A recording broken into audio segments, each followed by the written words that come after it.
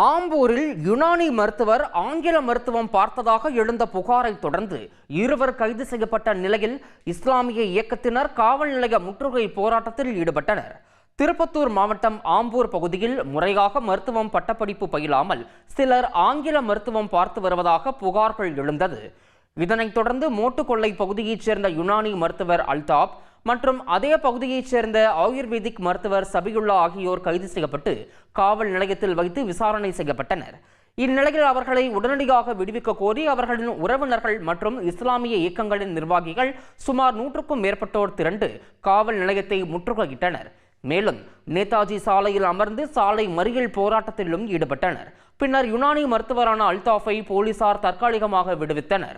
முறையாக மருத்துவம் படிக்காமல் ஆயுர்வேதம் சம்பந்தப்பட்ட மருத்துவ பொருட்கள் மற்றும் ஆங்கில மருத்துவ பொருட்களை நோயாளிகளுக்கு பரிந்துரைத்த சபியுல்லா என்பவரை போலீசார் கைது செய்தனர். இந்த சம்பவத்தால் அப்பகுதியில் சிறிது நேரம் போக்குவரத்து பாதிக்கப்பட்டது.